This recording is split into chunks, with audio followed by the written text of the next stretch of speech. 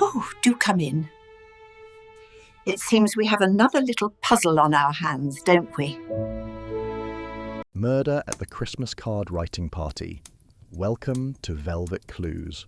I'm Connor, your guide through the shadows of mystery and intrigue. Today we delve into a tale that Miss Jane Marple herself would recount, with that peculiar mixture of sadness and satisfaction that comes from solving a puzzle born of human darkness. It's a story about Christmas cards, old secrets, and the careful application of justice, or perhaps revenge. Some might say there's little difference between the two, so settle in, dear listeners, as we follow Miss Marple through one of St. Mary Mead's most deceptively charming murder cases. Let us begin. Chapter 1. The Gathering at the Village Hall. The 10th of December arrived in St. Mary Mead with that particular crispness that promises snow before the week is out. Miss Jane Marple had awakened early, as was her habit, and spent the morning at her escritoire composing a preliminary list of the 53 people to whom she would send Christmas cards this year. The number had diminished somewhat from previous years, as was inevitable when one reached a certain age, but there were also pleasant additions, including young couples who had married into families she had known for decades, and several children who had been kind enough to remember an elderly lady with birthday wishes throughout the year. At 1:30, Miss Marple put on her good wool coat, wrapped a warm scarf about her neck, and set out for the village hall with her handbag containing her reading spectacles, a fountain pen, and the address book she had maintained for 40 years.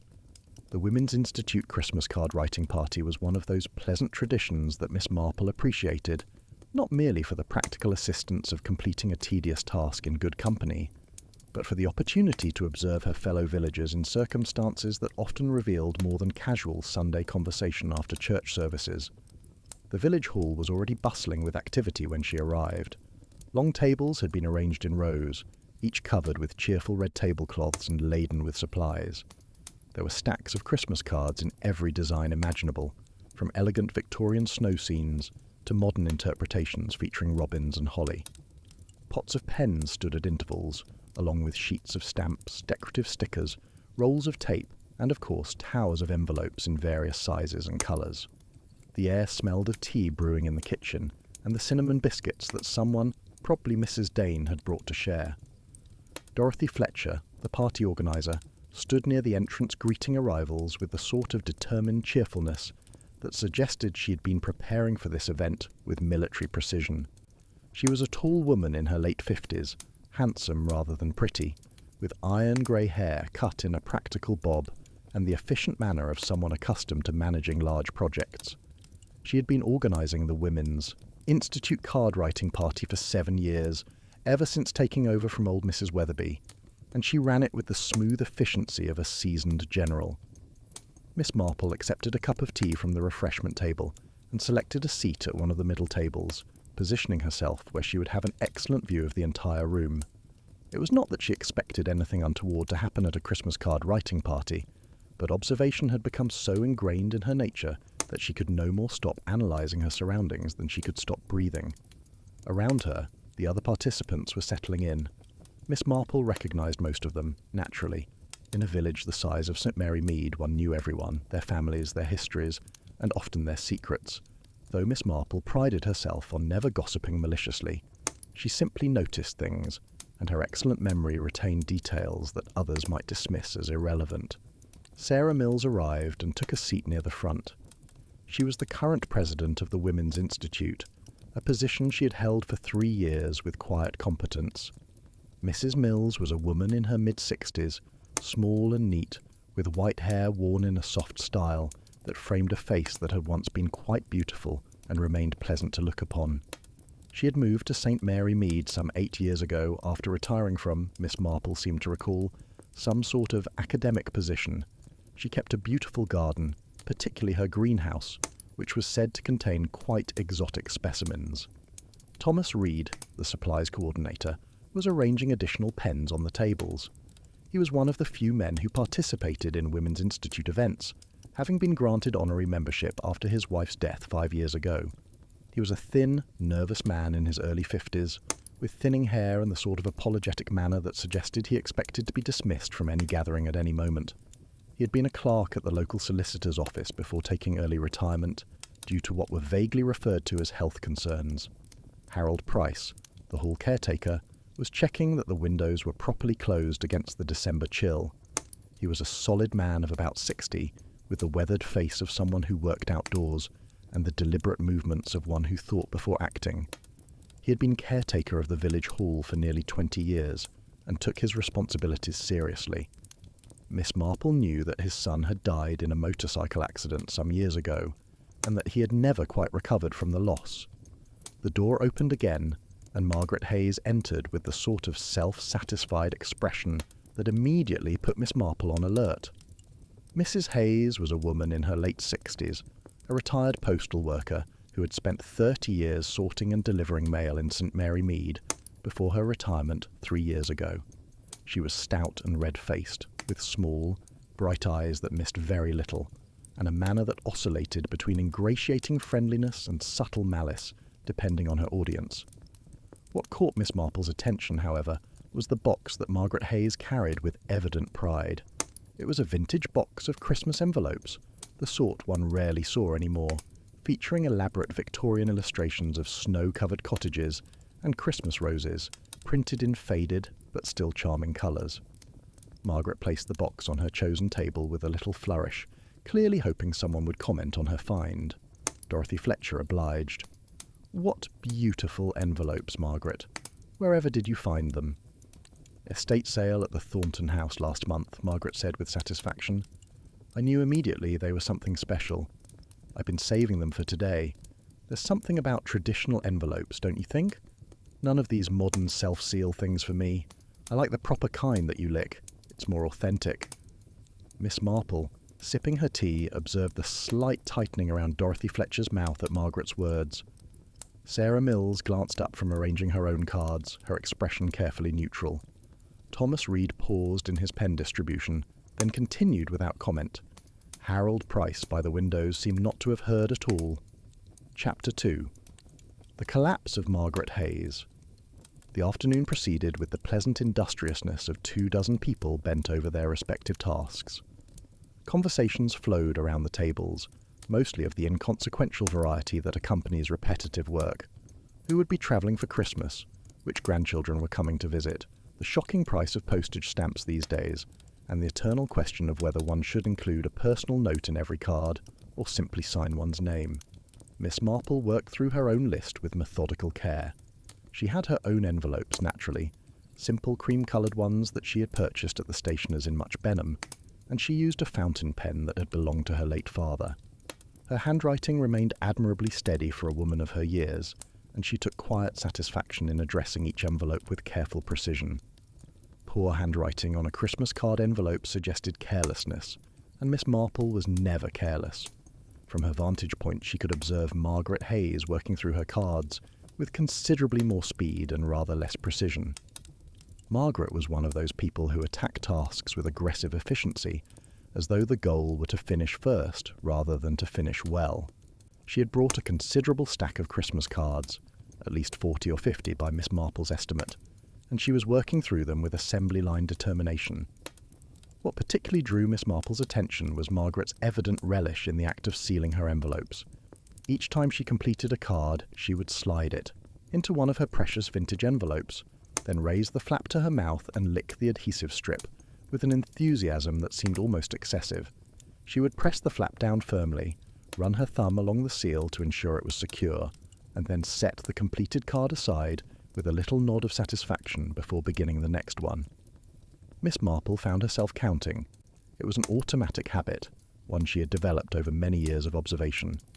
10 envelopes sealed, 15, 20. Margaret paused to drink some tea and eat a biscuit, then returned to her work. 25 envelopes, 30. It was at approximately 4 o'clock, just as Margaret Hayes sealed what must have been her 30th envelope, that she paused. Her hand, reaching for the next blank card, stopped midway. She blinked several times as though her vision had suddenly blurred. Her other hand moved to her throat in a gesture that Miss Marple recognised immediately as distress. "Are you quite well, Margaret?" asked Mrs. Dane from across the table. Margaret opened her mouth to respond, but instead of words, a strange choking sound emerged. Her face, already florid from exertion, began to take on an alarming greyish tinge. She half rose from her chair, swayed, and would have fallen if Thomas Reed, who had been passing nearby, had not caught her arm. "Mrs. Hayes? Margaret!" His voice rose with alarm. "Someone fetch Dr. Haydock, quickly!" But even as Dorothy Fletcher rushed to the telephone, it was clear to Miss Marple, who had risen and moved closer with surprising speed for her age, that no doctor would arrive in time to help Margaret Hayes. The woman's breathing had become laboured and irregular. Her eyes, wide with fear and confusion, rolled back. Her body convulsed once, twice, and then went horribly still. Dr. Haydock arrived within 10 minutes, summoned from his surgery just down the street, but he could do nothing except confirm what was already apparent. Margaret Hayes was dead. The village hall, so recently filled with cheerful chatter and the rustling of Christmas cards, had become suddenly silent, save for the quiet sobbing of Mrs. Dane and the low, urgent conversation between Dr. Haydock and Dorothy Fletcher. Miss Marple remained standing near Margaret's table, her keen eyes taking in every detail. The stack of completed cards, addresses written in Margaret's bold, careless hand, the box of vintage envelopes now considerably depleted, the fountain pen lying where it had fallen from Margaret's hand, the half-eaten biscuit on a small plate, the teacup still partly full. Inspector Slack arrived shortly after, his face already set in the lines of professional displeasure that seemed to be his habitual expression. He surveyed the scene with the air of a man who found Christmas card writing parties an inappropriate venue for sudden death. "Well, Dr. Haydock, what's the verdict?" The doctor stood, brushing off his knees. He was a man of middle years, competent and well-respected, with the sort of practical manner that suited a country physician. "Acute poisoning, Inspector. I'd stake my reputation on it. The symptoms are unmistakable. Nausea, confusion, respiratory distress, convulsions, and death within minutes. The poison was absorbed through the mucous membranes, I'd say, the mouth and tongue." "Poisoned?" Inspector Slack's voice carried across the silent hall. "At a Christmas card party? How does someone get poisoned writing Christmas cards?" Dr. Haydock moved to Margaret's table and picked up one of the vintage envelopes with careful fingers. He examined the flap, then raised it to his nose and sniffed cautiously. His expression changed. "Inspector, I believe the envelope adhesive has been contaminated. If Mrs. Hayes licked each of these envelopes to seal them, she would have been absorbing small amounts of poison with each lick. Cumulatively, over 30 envelopes, the dose would have reached lethal levels." A collective gasp ran through the assembled women. Miss Marple, however, remained perfectly still, her mind already beginning to work through the implications. Someone had poisoned Margaret Hayes's envelopes. Someone who knew she would use them today. Someone who had access to them before the party. Someone who understood poisons well enough to calculate a cumulative lethal dose. Inspector Slack was barking orders. No one was to leave. No one was to touch anything on the tables. The vintage envelope box was evidence. He wanted statements from everyone present. And where, he demanded, had these envelopes come from? Who had provided them? Chapter 3. The question of the vintage envelopes. Inspector Slack commandeered one corner of the village hall for his interviews, setting himself up behind a folding table with the air of a magistrate preparing to dispense justice. Miss Marple, having given her own brief statement, had been relegated to a chair near the tea urn, from which position she continued to observe with the quiet persistence of a cat watching a mouse hole. The first order of business, as the inspector saw it, was establishing the provenance of the poisoned envelopes. Margaret Hayes had mentioned finding them at an estate sale, but when precisely? And had anyone else handled them since she acquired them? Dorothy Fletcher, called first for questioning, confirmed that all party participants were expected to bring their own Christmas cards and envelopes from home. "We do keep some communal supplies for those who forget or run short," she explained, her voice still shaky from the shock. "They're stored in the cupboard at the back of the hall, but Margaret specifically mentioned she was bringing her own special envelopes. She was quite proud of finding them." "And these communal supplies," Inspector Slack interrupted, "who has access to them?" "The cupboard is kept locked," Dorothy said. "Only 5 people have keys. Myself as party organiser, Sarah Mills as Women's Institute President, Thomas Reed as Supplies Coordinator, Harold Price as Hall Caretaker. And," she paused, her voice catching slightly, Margaret Hayes herself. She helped me set up yesterday afternoon, so I gave her a key temporarily. Inspector Slack made careful notes. So, any one of 5 people could have accessed the supplies cupboard in the 48 hours before the party. But Mrs. Hayes brought her own envelopes, you say, so the communal supplies are irrelevant. Unless, Miss Marple's quiet voice interjected from her position by the tea urn, someone knew in advance which envelopes Margaret planned to use. Inspector Slack frowned at her. Miss Marple, I'm conducting interviews here. Of course, Inspector. I merely observed that poisoning envelope adhesive requires advanced planning. One cannot simply decide to commit murder at a Christmas card party and poison envelopes on the spot. The poison must be applied beforehand, allowed to dry, and the envelopes returned to their box in such a way that the victim would not notice anything amiss. This suggests the killer knew exactly which envelopes Margaret would bring. Dr. Haydock, who had been examining the remaining envelopes from Margaret's box with a magnifying glass, borrowed from Harold Price's maintenance kit, looked up. Miss Marple is quite right. These envelopes were treated with poison some time ago. At least 24 hours, I'd estimate, possibly longer. The adhesive shows no visible discoloration or residue, which means the poison was applied in solution, allowed to dry thoroughly, and left no trace that would alert the victim. Inspector Slack's frown deepened. Then we need to know when Mrs. Hayes acquired these envelopes and who might have known she intended to use them today. The other participants were questioned in turn. Mrs. Dane recalled Margaret mentioning her estate sale find, but couldn't remember exactly when. It was weeks ago, I think. Mid-November, perhaps? She showed me the box at the post office. She said she'd been looking for vintage Christmas items and was delighted to find proper old-fashioned envelopes. Thomas Reed, when questioned, admitted he had known about the envelopes. Margaret mentioned them to me last week when I was finalising the supplies list for today's party. She said I needn't worry about bringing extra envelopes because she had her own, and they were much nicer than anything we could purchase new. Sarah Mills confirmed she had also known about the envelopes. Margaret showed them to me at the Women's Institute meeting 2 weeks ago. She was quite excited about using them. She said something about traditional values and how modern self-seal envelopes lacked authenticity. Harold Price, when his turn came, shook his head. I didn't know anything about special envelopes. Margaret and I didn't socialise much. I just maintained the building. Dorothy Fletcher, recalled for additional questions, admitted that Margaret had mentioned the envelopes when they were setting up the hall yesterday afternoon.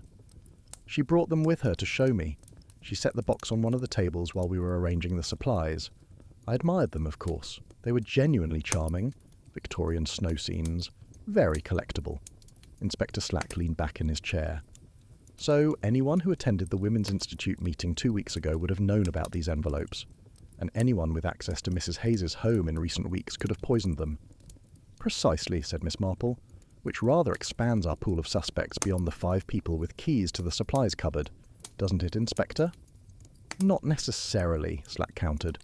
The 5 key holders are still our primary suspects. They had opportunity to access the hall, to observe Mrs. Hayes yesterday when she brought the envelopes, and to substitute the poisoned box for the original if they'd prepared it in advance. Miss Marple tilted her head thoughtfully. But that would require remarkable planning, Inspector. They would need to know Margaret's habits, understand which envelopes she planned to use, prepare a duplicate box with poisoned adhesive, and execute a switch without being observed. It seems rather elaborate. Murder often is elaborate, Miss Marple, Slack said, with heavy significance. Indeed, Miss Marple agreed softly, but in my experience, elaborate murders reveal a great deal about the murderer. The choice of method, the timing, the selection of victim, all these elements tell a story, if one knows how to read them. Chapter 4. The Secrets of a Postal Worker. The Women's Institute members were eventually allowed to leave, though Inspector Slack made it clear they were not to discuss the case, and would likely be called for additional questioning. Miss Marple returned home to her cottage as evening fell, but her mind remained fully occupied with the puzzle of Margaret Hayes's death. Over a simple dinner of soup and toast, she reviewed what she knew. Margaret had been killed by poison absorbed through licking envelope adhesive. The poison had been applied beforehand, requiring the killer to know which envelopes Margaret would use. 5 people had keys to the village hall supplies cupboard, but the envelopes had come from Margaret's own home. and Margaret had been quite public about her intention to use the vintage envelopes, showing them to multiple people in the weeks before the party. The question that nagged at Miss Marple was motive. Why would anyone want to kill Margaret Hayes? She had been, in Miss Marple's observation, an unpleasant woman in many ways, gossipy, self-important, and possessed of that particular kind of malice that masquerades as helpful concern. But unpleasantness was not typically sufficient motive for murder. There must be something more, something that one or more people found threatening enough to justify homicide. The following morning, Miss Marple paid a visit to her nephew Raymond, who practiced law in London, but maintained his mother's cottage in St Mary Mead for weekend retreats. She found him in his study, surrounded by legal papers and looking rather harassed. "Aunt Jane, what a pleasant surprise! I'm afraid I'm rather busy at the moment, preparing a brief for Monday's hearing." "I shan't keep you long, dear," Miss Marple assured him, settling into a comfortable chair. "I merely wondered if you might satisfy my curiosity about a legal matter. If someone were to systematically open other people's mail, read private correspondence, that would be illegal, would it not?" Raymond looked up with interest. "Opening mail not addressed to oneself? Certainly illegal. It's a violation of the Postal Services Act. And if done by a postal employee, it would be gross misconduct and criminal offence. Why do you ask?" "Oh, just something I was thinking about," Miss Marple said vaguely. "If such a person were to use information gained from reading private letters to, say, blackmail someone or cause them harm, would that constitute additional crimes?" "Most definitely. Blackmail is a serious offence, and using confidential information maliciously could lead to civil suits as well as criminal charges. Aunt Jane, has someone been opening your mail?" "Not mine, dear. I was merely curious." Miss Marple rose to leave. "Thank you for indulging an old woman's questions. Don't let me keep you from your work." But Raymond's answer had confirmed what Miss Marple suspected. Margaret Hayes had worked as a postal worker for 30 years. She had handled thousands upon thousands of letters during that time.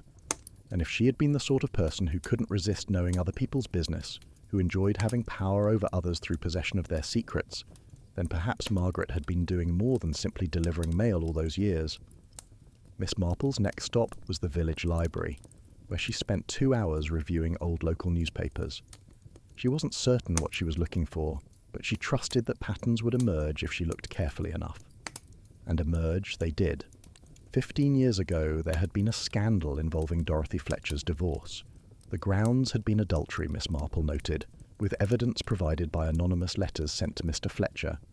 The divorce had been acrimonious and very public, ruining Dorothy's social standing for several years until she rebuilt her reputation through charitable work. 8 years ago, there had been an incident involving Sarah Mills's daughter refusing to speak to her mother, an estrangement that had begun suddenly after Mrs. Mills moved to St. Mary Mead. The newspaper mentioned something about a disputed inheritance, with the daughter claiming her mother had planned to disinherit her. 5 years ago, Thomas Reed had taken early retirement from the solicitor's office, under circumstances described vaguely as health concerns. Reading between the lines of a small notice, Miss Marple detected whispers of mental instability, depression, gossip that had apparently made his continued employment untenable. 7 years ago, Harold Price's son had died in a motorcycle accident. Miss Marple found the obituary and noted that there was no mention of Harold speaking at the funeral, no quote from the grieving father. Further searching revealed that father and son had been estranged, though the cause was not specified.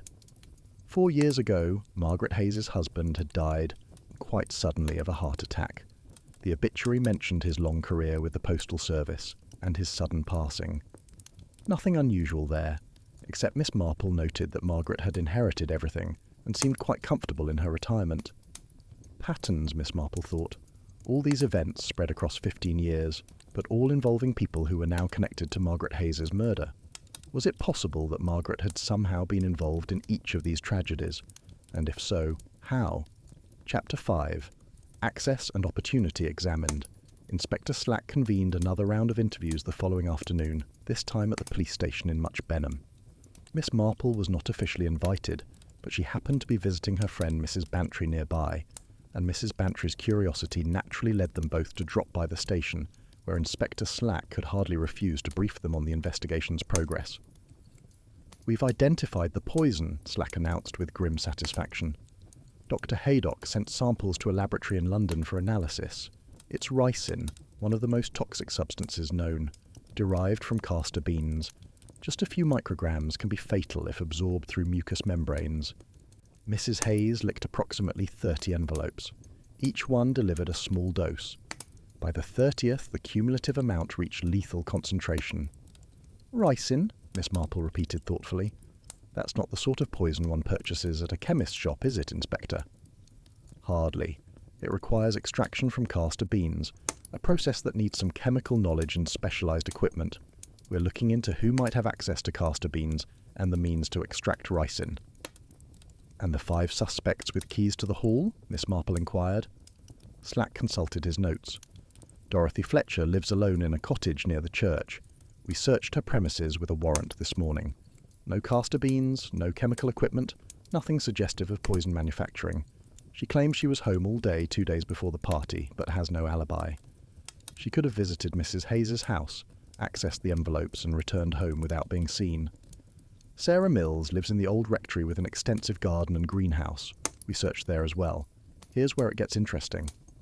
Slack leaned forward. "Mrs. Mills has castor bean plants in her greenhouse. She claims they're ornamental, that she grows exotic plants as a hobby. We also found laboratory equipment, a centrifuge, chemical solutions, the works. She says it's for plant research, soil testing, that sort of thing." Miss Marple's eyebrows rose. "How very interesting. Did you find any ricin?" "No actual ricin, but we found research notes with calculations about dosages and methods for dissolving toxins in solutions that would remain potent when dried. Mrs. Mills claims these are old notes from her previous career. Apparently, she's not just a retired academic, Miss Marple. She's got a PhD in biochemistry and spent 20 years researching plant toxins at Cambridge University." "Good gracious," said Mrs. Bantry. "A biochemist living in St. Mary Mead?" "As to opportunity," Slack continued, "a neighbour reports seeing Mrs. Mills visiting Mrs. Hayes's house 2 days before the party. Mrs. Mills initially claimed she was home all day, but when confronted with the neighbour's testimony, she admitted the visit. Says she was delivering Women's Institute paperwork." "And Thomas Reed?" Miss Marple prompted. "Lives in a small flat above the chemist's shop. No garden, no greenhouse, no apparent means of producing ricin. He admits knowing about the vintage envelopes, but claims he never visited Mrs. Hayes's house. No one can confirm his whereabouts 2 days before the party. He lives alone, does his own shopping, keeps to himself. Harold Price also lives alone in the caretaker's cottage behind the village hall. Again, no evidence of castor beans or chemical equipment. He maintains he barely knew Mrs. Hayes and had no reason to visit her home. But he did have the opportunity. As caretaker, he's often in and out of the hall at odd hours. No one would question seeing him there." Miss Marple was silent for a moment, her fingers steepled thoughtfully. "Inspector, have you investigated Margaret Hayes's background, her work as a postal worker, whether she might have had enemies?" Slack looked annoyed. "We're conducting a thorough investigation, Miss Marple. Mrs. Hayes was a respected member of the community, a retired postal worker with an unblemished record." "Unblemished?" Miss Marple's tone was gentle but persistent. "Forgive me, Inspector, but I wonder if anyone has actually examined that record carefully. 30 years is a long time to deliver mail. One might ask whether Mrs. Hayes always delivered all the mail she was entrusted with." Inspector Slack's expression shifted from annoyance to interest. "What are you suggesting?" "I'm suggesting that postal workers have access to private correspondence, and that someone of Margaret's temperament, someone who enjoyed knowing other people's business and wielded information as a form of social power, might have been tempted to read letters that weren't addressed to her, particularly letters of a confidential or sensitive nature. That's a serious accusation, Miss Marple. Murder is a serious crime, Inspector, and in my experience, people don't commit murder without powerful motivation. If Margaret Hayes had been violating male privacy for 30 years, collecting secrets, perhaps using that information to manipulate or blackmail people, well, that would certainly provide motive, wouldn't it?" Slack was silent, considering. Finally he said, "How would we prove something like that? Mail from years ago doesn't exist anymore. There's no evidence." "Perhaps not documentary evidence," Miss Marple agreed. But there might be victims, people whose lives were damaged by information that should have remained private, people who might remember receiving anonymous letters, or discovering that secrets they'd shared only in written correspondence had somehow become public knowledge. Chapter 6. Dorothy Fletcher's Anonymous Letters. With Inspector Slack's grudging permission, Miss Marple paid a visit to Dorothy Fletcher at her cottage the following morning. Dorothy received her with the wary courtesy of someone who suspects they are about to be interrogated, but cannot refuse hospitality to an elderly neighbour. They sat in Dorothy's neat parlour, tea served in pretty Wedgwood cups, and made polite conversation about the Christmas bazaar and the vicar's plans for Advent services. Then Miss Marple, with the gentle directness that was her hallmark, said, "Mrs. Fletcher, I wonder if you would tell me about your divorce 15 years ago." Dorothy's cup rattled slightly in its saucer. "I don't see what that has to do with Margaret Hayes's death." "Perhaps nothing," Miss Marple said. "But then again, perhaps everything. You see, I've been thinking about motive. Why would someone kill Margaret? And I've been remembering certain events from years past and wondering if there might be connections." Dorothy set down her cup with careful precision. "My divorce was painful and public. I'm not sure I wish to revisit it." "I understand, my dear. But would you tell me how your husband learned about your affair? The newspapers mentioned anonymous letters." There was a long silence. Finally, Dorothy spoke, her voice tight with old pain. 3 letters arrived at our house, addressed to my husband. They contained details about where I'd been, who I'd been seeing, even quotes from letters I'd written to the man involved. Letters that should have been completely private. Letters you'd posted. Yes, I'd written to him care of his office in London. He lived there during the week, came to the village only on weekends. We'd been conducting our correspondence through the post because telephone calls seemed too risky, too likely to be overheard. The letters were the only way we could communicate freely. "And these letters you'd written," Miss Marple said carefully, "they contained details that later appeared in the anonymous letters to your husband?" Dorothy nodded miserably. "Exact phrases. Things I'd written that no one could have known unless they'd read my letters. At first I thought my correspondent must have shared them, betrayed me, but he swore he'd received every letter, kept them locked in his desk, never showed them to anyone. And I believed him. We'd planned to tell my husband ourselves, to ask for a divorce civilly. But those anonymous letters destroyed any chance of that." "Did you suspect who might have sent them?" "At the time, no. I thought it must be someone who worked at his office, someone who'd broken into his desk. But now, hearing you ask these questions, I can't help but wonder. Margaret Hayes delivered our mail for years. She would have handled every letter I sent to London." "Did you notice anything unusual about Margaret's behaviour around that time?" Dorothy's expression changed, memory stirring. "She was very interested in the divorce. Very sympathetic, but in a way that felt almost gloating. She would ask about details, express shock at how my husband had found out, say how terrible it was that anonymous letters had been involved. And she watched me constantly as though she was waiting for something. For you to suspect her? Perhaps. Or to confirm that her letters had achieved their purpose. The destruction of my marriage wasn't an accident, Miss Marple. Someone wanted to hurt me, to punish me, and they used my own words, taken from private letters, to do it." Miss Marple reached across and patted Dorothy's hand gently. "Thank you for telling me this. I know it wasn't easy. One more question, if you'll indulge me. 2 days before the Christmas card party, where were you?" Dorothy met her gaze steadily. "I was home all day, alone. I have no alibi, if that's what you're asking. And yes, I knew Margaret planned to use those vintage envelopes. She mentioned it when we were setting up the hall. And yes, I hated her. I've hated her for 15 years, ever since I finally allowed myself to realize what she must have done. But I didn't kill her, Miss Marple. I won't pretend I'm sorry she's dead, but I didn't poison those envelopes." "I believe you," Miss Marple said quietly. "But you understand that Inspector Slack must consider everyone with motive and opportunity." "I understand," Dorothy said, "and I suppose I can't blame him. 15 years of hatred is certainly motive enough for murder." As Miss Marple walked home through the winter afternoon, she reflected on the corrosive power of violated privacy. Dorothy Fletcher's entire life had been altered by someone reading her private letters, stealing her secrets and weaponizing them. And if Margaret Hayes had done this to Dorothy, how many others had she victimized over 30 years of handling mail? Chapter 7. Sarah Mills and the Inheritance Letter. Miss Marple's next visit was to Sarah Mills at the old rectory. The house was gracious and well maintained, with a garden that even in December showed evidence of expert care.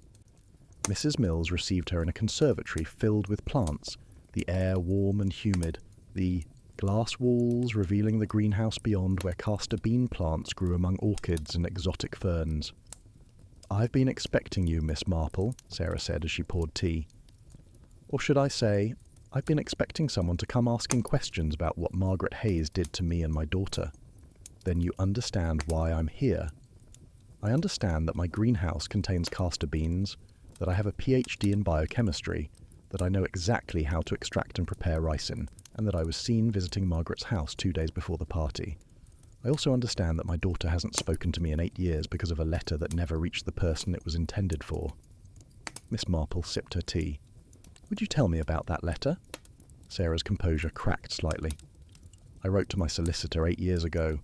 I was angry with my daughter about something trivial, a disagreement about her choice of career. In a moment of fury, I wrote to ask about changing my will to reduce her inheritance. It was stupid, spiteful, exactly the sort of letter one should never write, but should instead burn unsent after the anger passes." "But you did send it." "I posted it on a Monday morning. Margaret Hayes collected mail from that postbox every day. By Wednesday, my daughter arrived at my house in tears, saying she'd received an anonymous letter telling her I planned to disinherit her, that I thought she was a disappointment, that I didn't love her anymore. The letter quoted phrases from my letter to the solicitor.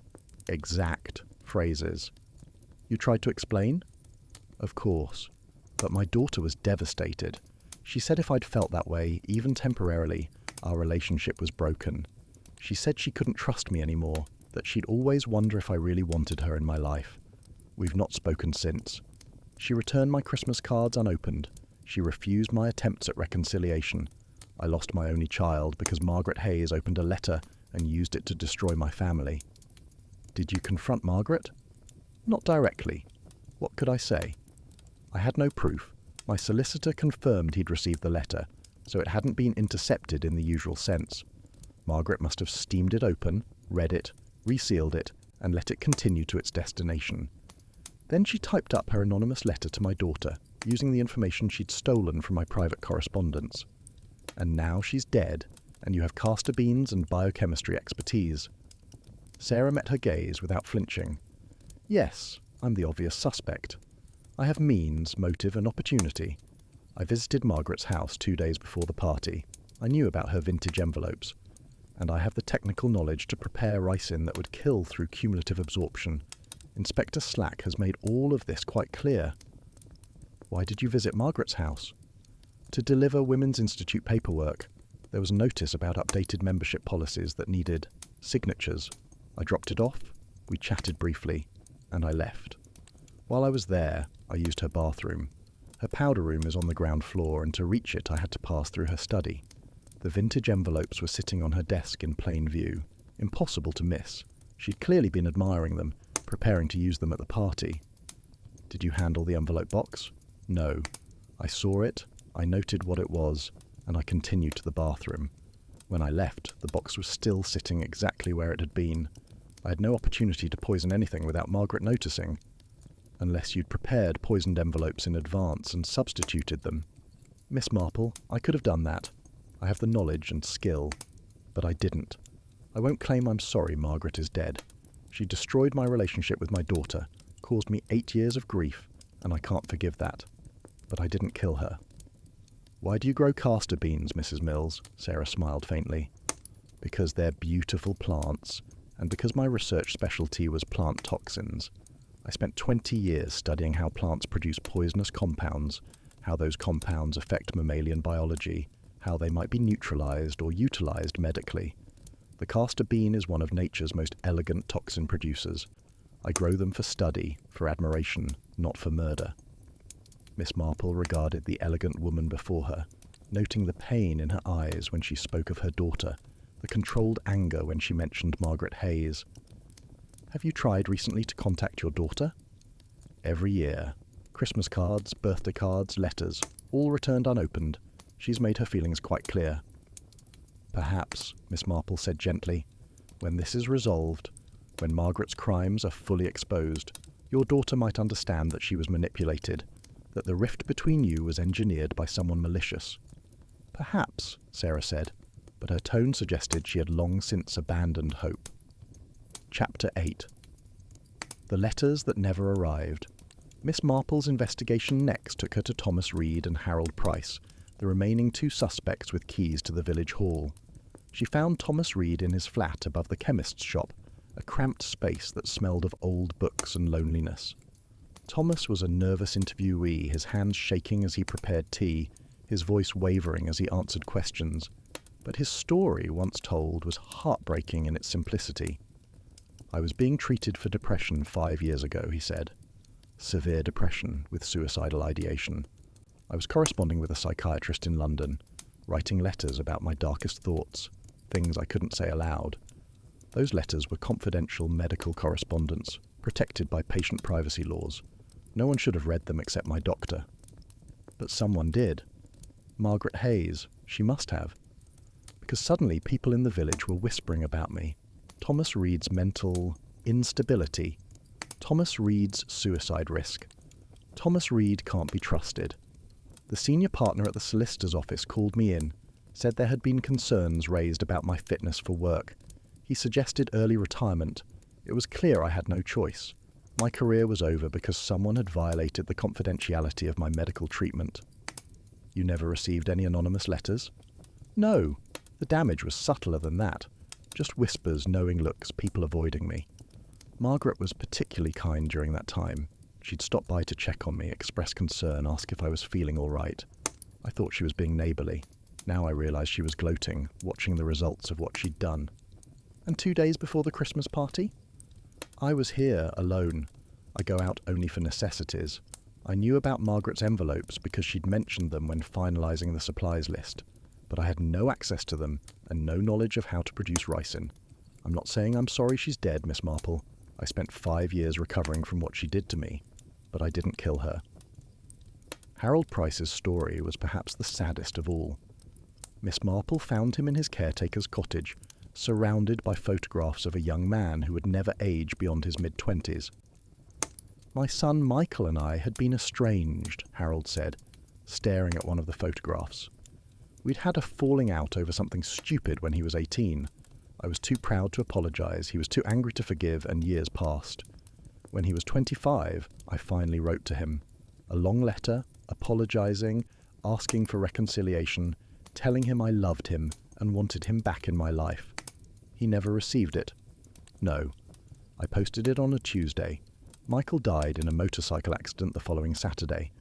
After his death, I contacted his landlord, asked if there had been any mail. Nothing. The letter I'd written, the letter that might have brought us back together before it was too late, simply vanished. You think Margaret intercepted it? I know she did. Years later, after I'd had time to think about it, I remembered that Margaret had been unusually interested in Michael's accident. She came to the funeral, expressed condolences, asked about our estrangement with that horrible sympathetic tone, and I realised she'd known about the estrangement. I'd never told anyone. Michael had never told anyone. The only way she could have known was if she'd read my letter. Did you confront her? What was the point? I had no proof, and Michael was gone. Nothing could bring him back. But I've lived with that loss for 7 years, knowing that my last chance at reconciliation was stolen by someone who read my private letter and decided my son shouldn't have it. Where were you 2 days before the party? Here, at the cottage, alone. I had no opportunity to access Margaret's envelopes and no knowledge of how to produce poison. But I had motive, Miss Marple. I won't deny that. If I'd known how to kill her, if I'd had the means and opportunity, I might have done it. She deserved to die for what she did to all of us. Chapter 9. The calculations in the greenhouse. That evening, Miss Marple sat in her cottage reviewing her notes.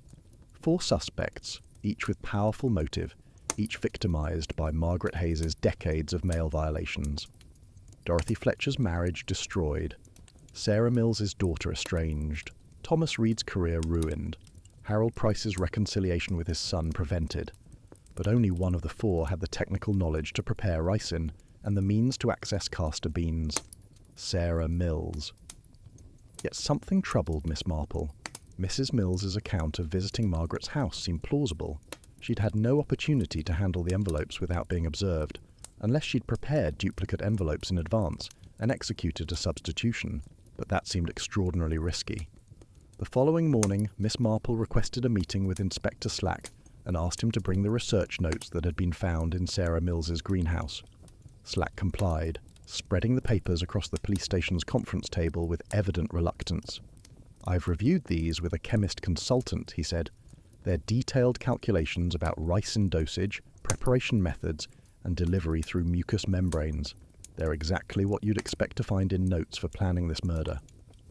Miss Marple put on her reading spectacles and examined the papers carefully. They were covered in Sarah's neat handwriting, chemical formulas, mathematical calculations, and detailed notes about absorption rates. But as she read through them, her expression changed. "Inspector, these notes are dated. Do you see here, the dates in the margins?" Slack leaned over. "Yes. The most recent entries are from 2 days before the party." "Precisely. But look at the content of those recent entries. They're not about envelope adhesive at all. They're about soil pH levels and nutrient absorption in orchids. The ricin calculations are all from pages dated 10 to 15 years ago, from Mrs. Mills's academic research period." "She could have added false dates to mislead us." "She could have," Miss Marple agreed, "but consider the paper itself. The older pages show age, discoloration, the sort of patina that comes from years in storage. The recent pages are bright and clean. If she'd intended to frame herself while planning a murder, surely she would have created more convincing false evidence. What are you suggesting, Miss Marple?" "I'm suggesting we look more carefully at exactly what was found in that greenhouse. You said there were castor bean plants, laboratory equipment, research notes, but what else was there?" Slack consulted his notes from the search. "Standard greenhouse supplies, pots, soil, fertilizers, a workbench with various tools, plant specimens, charts, journals. Nothing unusual. Nothing at all that seemed out of place or recently added." Slack frowned, thinking back. "Well, there was one odd thing. We found a small bottle of industrial adhesive on the workbench, the sort used for envelope manufacture. Mrs. Mills said she used it for various greenhouse repairs, sealing seed packets, that sort of thing." "May I see it?" The adhesive bottle was retrieved from evidence storage. Miss Marple examined it carefully, then asked for the vintage envelope box that had contained Margaret's poisoned envelopes. When the box arrived, she compared the bottle's contents with the dried adhesive on the envelope flaps. "Inspector, I believe this adhesive was used to replace the original adhesive on Margaret's envelopes.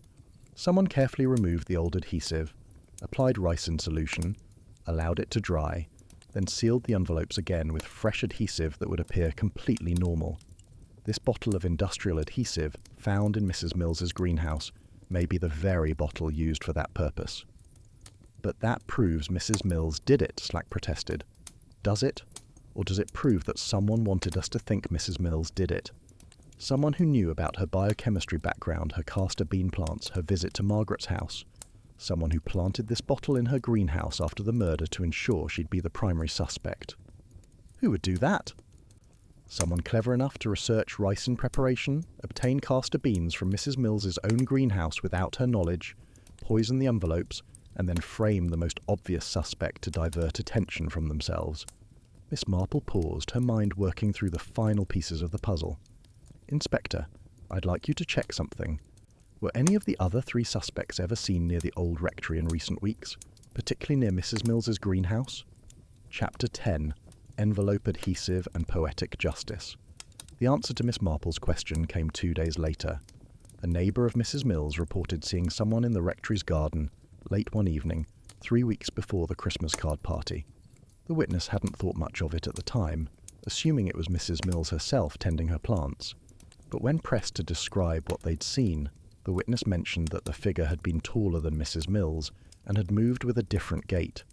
The figure had been near the greenhouse.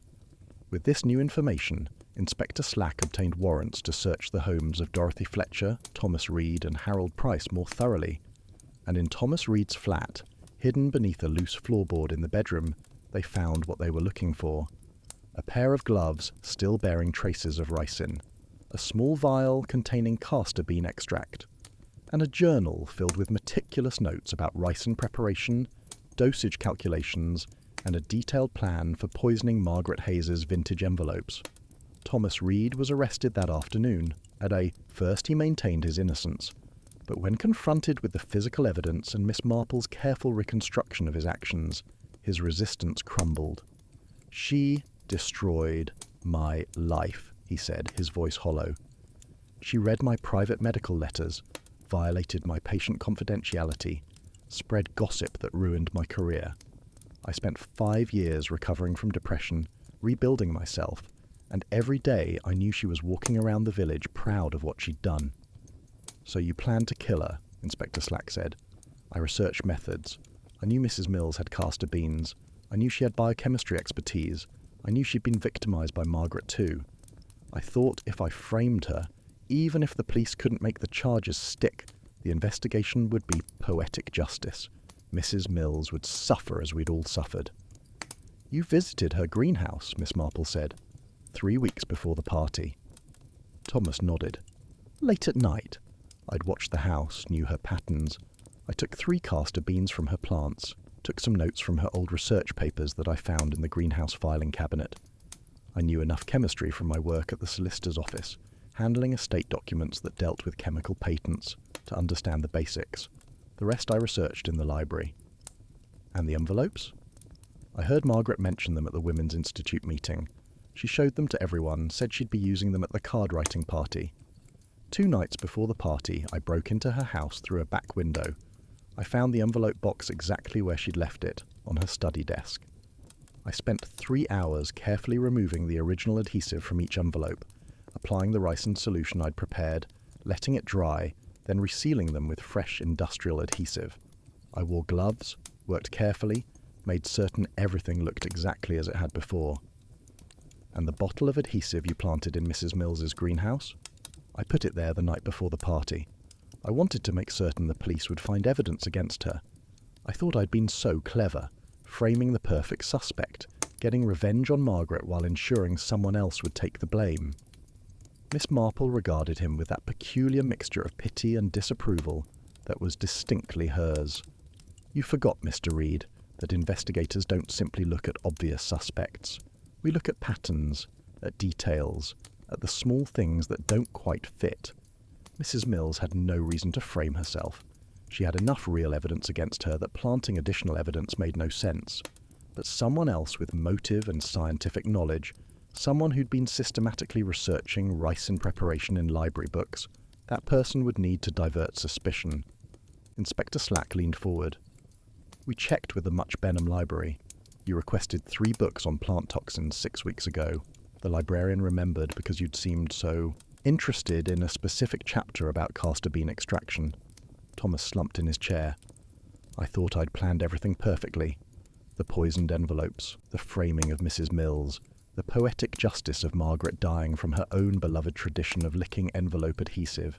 She'd licked thousands of envelopes during her years violating male privacy. I thought it was fitting that licking envelopes would be what killed her." The trial, when it came, was brief.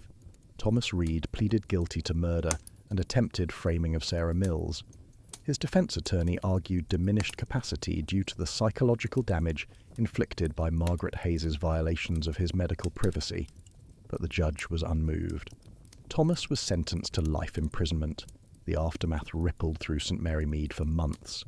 Inspector Slack, with Miss Marple's guidance, conducted a thorough investigation into Margaret Hayes's 30 years as a postal worker. They found evidence that she had systematically opened and read private correspondence, documented in a diary she'd kept hidden in her attic. The diary contained entries about dozens of victims, secrets she'd stolen, damage she'd caused. Dorothy Fletcher finally received validation that her suspicions had been correct. Sarah Mills sent copies of Margaret's diary entries about the intercepted inheritance letter to her daughter, along with a letter of her own explaining what had happened. 3 months later, mother and daughter reconciled, reunited by the truth of Margaret's crimes. Harold Price learned that his letter to his son had been read and destroyed by Margaret, who'd written in her diary that she'd prevented a maudlin reconciliation because she found their estrangement entertaining to observe. The Christmas card writing party was not held the following year. The Women's Institute voted unanimously to discontinue the tradition, feeling that it had been too thoroughly tainted by murder. Instead, they instituted a new tradition of holding a letter-writing workshop about privacy rights and the importance of protecting confidential correspondence. Miss Marple, returning home after testifying at Thomas Reed's trial, reflected on the case with her usual philosophical calm. "Connor, I must tell you what she told me later. She said that Margaret Hayes had spent 30 years violating the sealed privacy of envelopes, reading words meant only for specific recipients, weaponizing private thoughts against those who'd written them. There was, she supposed, a certain terrible symmetry in her death, killed by the very act of sealing envelopes with her tongue, each lick delivering another dose of poison, until the cumulative effect reached fatal levels. The Christmas cards that Margaret had so proudly addressed with her vintage envelopes remained forever unsent, stacked on the table where she'd collapsed. They'd been intended to carry messages of seasonal goodwill to people who probably didn't realise how much she'd damaged their lives through stolen secrets. Instead, those cards became evidence in a murder case, each sealed envelope representing another dose of ricin, absorbed through mucous membranes by a woman who'd spent 3 decades demonstrating that she had no respect for the sanctity of sealed mail. "It's a lesson," Miss Marple had said to me, clicking her knitting needles with that rhythmic precision that characterised all her thinking, about the consequences of violating trust. Margaret Hayes thought she could read other people's letters without consequence. She thought her violations of privacy were clever, harmless, entertaining. But every sealed envelope represents a promise of confidentiality, and breaking that promise over and over for 30 years creates victims who remember and occasionally seek justice. Or revenge, I'd suggested. Sometimes, Miss Marple had agreed, the two are difficult to distinguish. Thomas Reed believed he was administering justice to someone who'd never been held accountable for her crimes. But murder is never justice, no matter how carefully planned or how poetically appropriate the method. It's simply another violation, another broken seal, another trust betrayed. The vintage envelopes that had so fascinated Margaret Hayes, with their Victorian snow scenes and traditional adhesive meant for licking, had indeed been special. But their specialness came not from their collectible charm, but from the ricin-laced adhesive that transformed a pleasant afternoon of writing Christmas cards into an execution where the victim administered her own poison, seal by seal, lick by lick, until the 30th envelope pushed her over the threshold into fatal toxicity. St. Mary Mead eventually recovered, as villagers do, but the Christmas card writing party remained discontinued, a tradition ended by murder and poisoned adhesive. Miss Marple continued sending her 53 Christmas cards each year, but she used modern self-seal envelopes exclusively afterward, and she never failed to mention, when asked about her choice, that traditional envelope licking had proven rather more dangerous than anyone had previously imagined. "The poison in the postage," she would say with that gentle, knowing smile that suggested she understood rather more about human nature than most people found comfortable, "is not always delivered through the mail. Sometimes it's cultivated over decades of privacy violations and unsealed letters, growing like castor beans in a greenhouse until someone with botanical knowledge decides to extract it, concentrate it, and apply it to adhesive that requires the victim's own tongue to activate the fatal dose." Margaret Hayes licked her way through 30 years of other people's sealed correspondence. In the end, she licked her way through 30 poisoned envelopes of her own, and the cumulative effect of those violations, both hers and the one committed against her, proved lethal to everyone involved. And with that, dear listeners of Velvet Clues, we close the case of the poison in the postage. Miss Marple had once again proven that careful observation, patient questioning, and attention to the small details that others overlook can reveal even the most carefully concealed murder. The Christmas card party that should have been an afternoon of seasonal correspondence became instead a crime scene where envelope adhesive became murder weapon and tradition became tragedy. Until our next mystery, Remember that sealed envelopes carry promises of privacy that, when broken, can poison more than correspondence. They can poison lives, relationships, and ultimately, the person who violates them. This is Connor, signing off from Velvet Clues.